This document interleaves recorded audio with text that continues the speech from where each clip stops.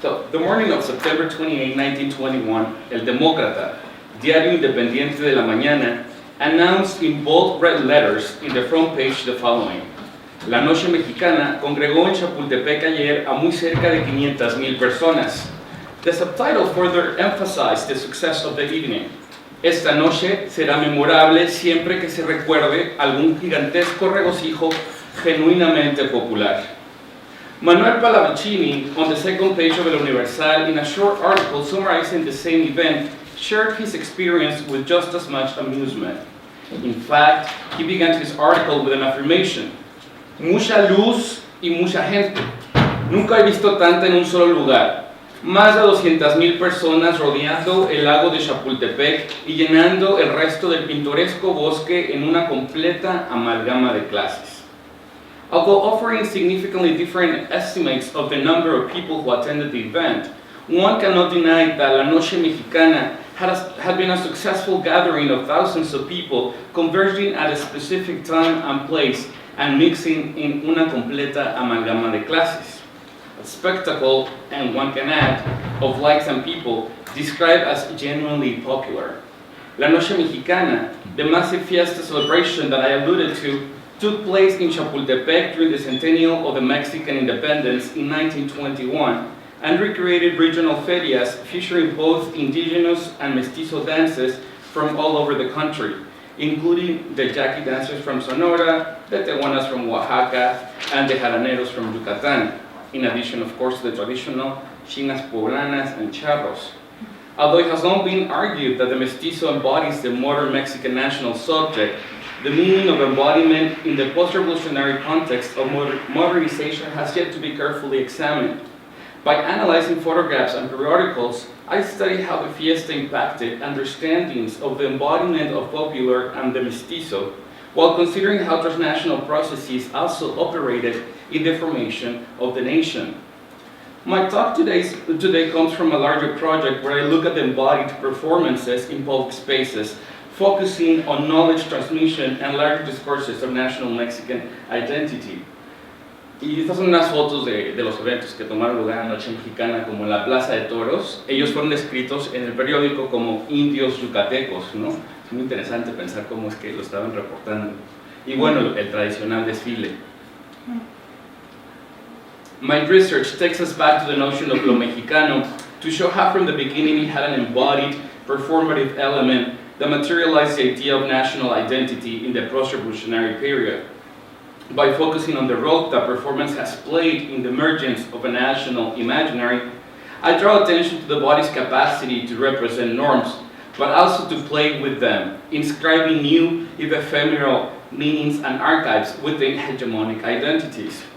In this presentation, I argue that La Noche Mexicana's recreation of regional ferias and indigenous and mestizo dances operated as a state pedagogical practice, demonstrating how the performance of an embodied nationalistic discourse of lo mexicano came to configure processes of citizen formation and national belonging in post-revolutionary Mexico.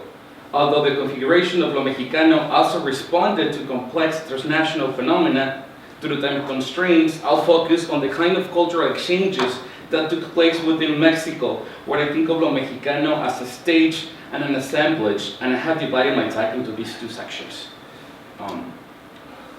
So, staging the popular es uno de los escenarios de la noche, ¿no?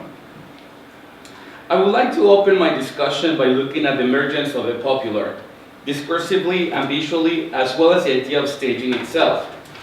In 1921, before the festivities which took place in late September for the first time in over a decade after the revolution, El Universal published a short piece in May announcing the popular character of the centennial celebrations.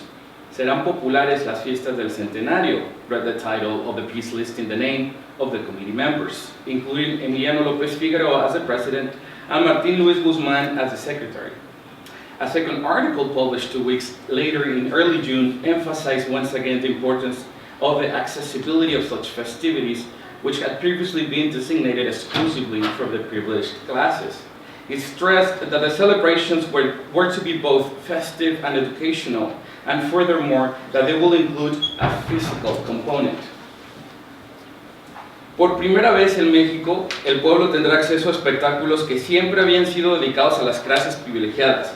Esta disposición, que es muy acertada, tendrá por objeto, además de un carácter festivo, el de educación, ya que muchos de esos espectáculos consistirán en conciertos, funciones teatrales, representaciones de ópera, juegos florales, sin olvidar los torneos de viriles deportes, que seguramente serán el ejemplo para que se instituyan en nuestro país agrupaciones que procuren el desarrollo de nuestra cultura física. Y claro que no tengo tiempo de elaborar todas esas cuestiones de género y sexualidad que me fascinan y que la profesora Manuel ha también discutido y aludido en su presentación, pero hay que tener esto en cuenta, ¿no?, en toda la discusión. So, for the organizers of the centennial celebrations, the spectacles and public events were to be considered examples of citizen formation. There will be festive and educational instances for the public, particularly those related to physical or embodied culture, cultura física, to develop a sense of national belonging. As this quote demonstrates, Mexico's post-revolutionary nationalist thinkers emphasized shaping national bodies, masculinized through exercise or viriles deportes, but also through the embodied performance of cultural identity.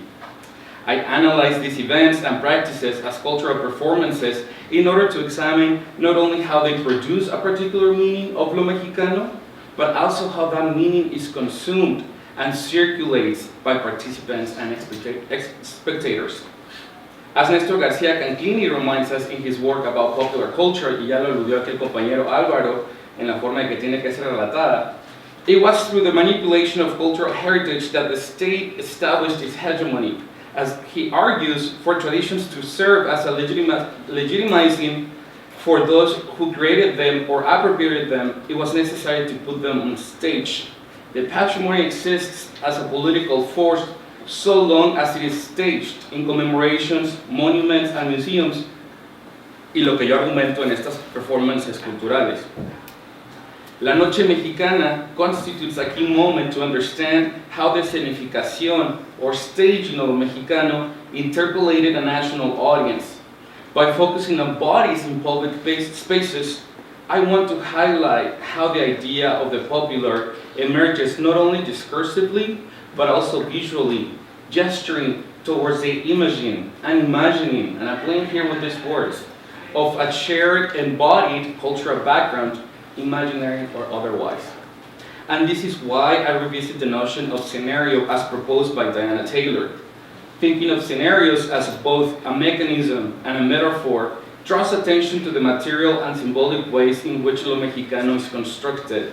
In the archive and the repertoire, Taylor suggests that the physical space of representation, as well as the actions represented or scenes, complement each other metonymically. The place allows us to think about the possibilities of action, but action also defines space. The scenarios therefore represent, quote, meaning-making paradigms that structure social environments, behaviors, and potential outcomes. The scenario makes visible, yet again, what is already there. The ghosts, the images, the stereotypes. It predates the script and allows for many possible endings, end quote.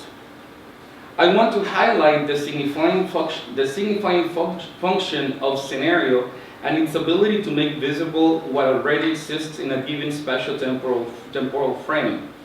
The staging of lo mexicano, therefore, constitutes a process whose meaning is always incomplete, transitory, polyphonic, and ambivalent. I argue that the moving bodies in festive productions such as the centenary celebrations I mentioned, contrast with the more conventional image of lo mexicano understood as static, hypermasculine, and mestizo. Furthermore, as in any scenarios constructed by spectators, actors, I want to underscore how their presence also contributes to the elaboration of narratives of what is represented. The performance of these bodies in public places and their interaction with audiences therefore reveals a much more complex picture, articulating female, indigenous, and at times queer embodiments of lo mexicano. Segunda sección. La noche mexicana and ensembles of Mexico. Y aquí estoy tomando prestado el término de ensamblaje de una teórica queer que se llama Jazz Beer Cuba, y ella entiende el ensamblaje como una convergencia contingente de coordenadas espaciales, temporales y corporales. O sea, no como algo dado, sino esta como convergencia, que puede manifestarse de diferentes formas en diferentes escenarios. How did la noche mexicana, y por supuesto, perdón, esta es una foto del evento. How did la noche mexicana come to embody the idea of the nation? Rick López and Ricardo Pérez Monfort, por supuesto, have both discussed the ways this particular staging of Mexican nationalism responded to the needs of creating a tradition that could appeal to the popular masses and yet address the aesthetic demands of a cosmopolitan, modern, post-revolutionary Mexico. López, on the one hand, discusses how la noche mexicana was originally intended to emulate a Porfirian garden party to showcase Mexico's technological modernity, such as electric lighting. Esa era la gran sensación, la luz eléctrica en Chapultepec.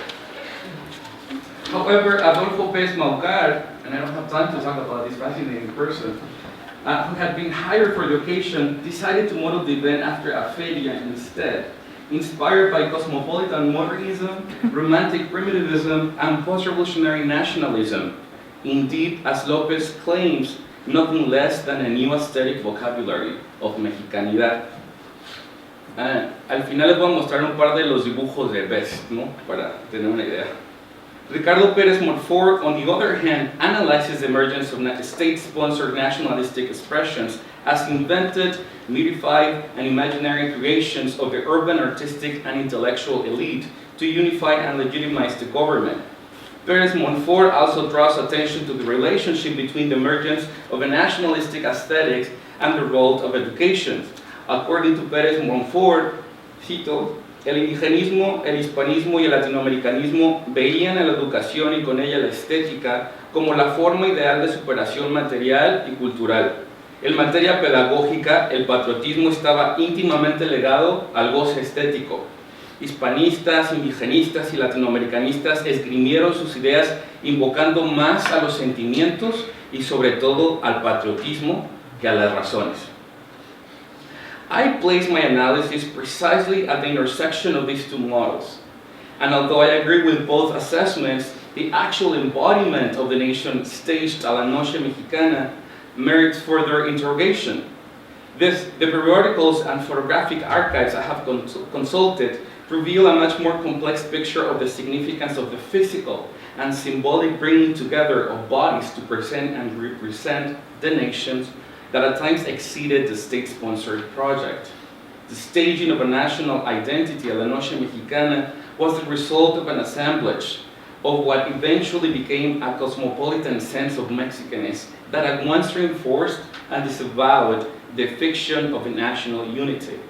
In this sense, I look at the staging and therefore the shifting and ambivalent scenarios of the Mexicano that la noche mexicana ultimately represented in order to compare and contrast the elitist representations of the nation vis-a-vis the concrete yet ephemeral actions of various national bodies, of the amalgama de clases.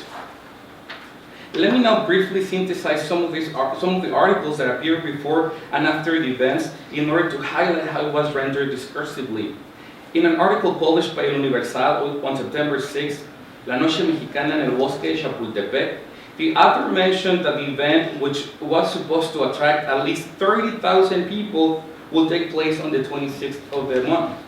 The plan for the staging of La Noche Mexicana was described as follows. Y aquí cito.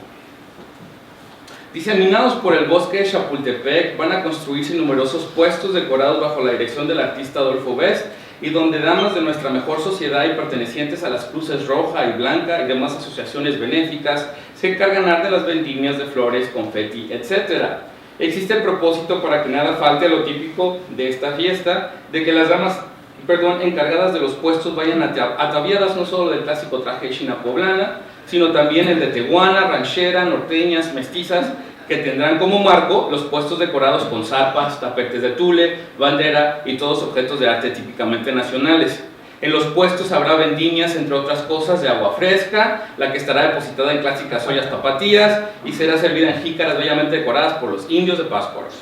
No faltarán los puestos de platillos mexicanos llenos de hambre, como asados de pollo, enchiladas, tamales, atoles y buñuelos. This description draws attention to the fact that it was a massive event. O sea, 30,000 no se compara con los 200,000 o 500,000, no sabemos, pero son muchos. Though they were not prepared for the hundred thousands of attendees, where women and the civic associations they represented were to play an important role. They too needed to embody the great diversity of Mexico, which at this moment, as Pérez Monfort reminds us, was not reduced entirely to the iconic figure of the China and the charro. Rather, they were to dress up as norteñas, mestizas, rancheras, and of course, tehuanas. They had to embody the various Mexicos to contribute to the elaborated fiction of a national celebration, its imaging and its imagining. Even though this spectacle also meant the co-optation of the otherwise popular and regional symbols in terms of attire, food, and artifacts, the same gesture inaugurated a narrative that also recognized these symbols as Mexican, acknowledging the contributions and skills of the Indios de Pátzcuaro as well. Déjenme les muestro el programa rápidamente para que vean cómo está diseñado el croquis, ¿no?, de Chapultepec, y este lo elaboró Best. Y aquí tenemos como la parte del escenario principal y los diferentes como pequeños escenarios y el programa, ¿no? Había una jamaica, se hace esta fiesta de confeti, y luego las tehuanas bailan y era toda una sensación, ¿no? Y tenemos que luego las chinas y las charros, y hay gente que dice que eran cientos de parejas, ¿no? En realidad nunca sabemos porque los reportes son contradictorios, pero todo terminaba también con esta pirotecnia, ¿no? Y al final un desfile. Ya sé que me quedan 5 minutos y igual creo que termino en 3. 2. Me robaron mis otros colegas el tiempo. Bueno, les voy a compartir otra cita para que sepan un poco de cómo lo describe. En las cruces de las calzadas se habían instalado pequeños escenarios en los que se hizo un derroche de color y de buen gusto. Y me voy a saltar en medio. Habla de los yucatecos, pero dice los indios, ¿no? En cambio, los indios yaquis, sin más acompañamiento que el de sus pasos y los curiosos instrumentos que esgrimen incansables, se retorcían inverosímilmente mientras brillaban con destellos de bronce sus rostros cincelados y sudorosos. Muchos minutos repitiendo el mismo movimiento, para cambiar después a uno muy similar y que da impresión de una estabilidad muy grande de carácter.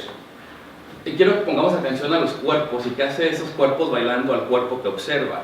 Se comprende fácilmente que debe tener algo de faquires de la India que permanecen tanto tiempo en una misma posición sin moverse. Estos bailan con monotonía que cansa y que lastima.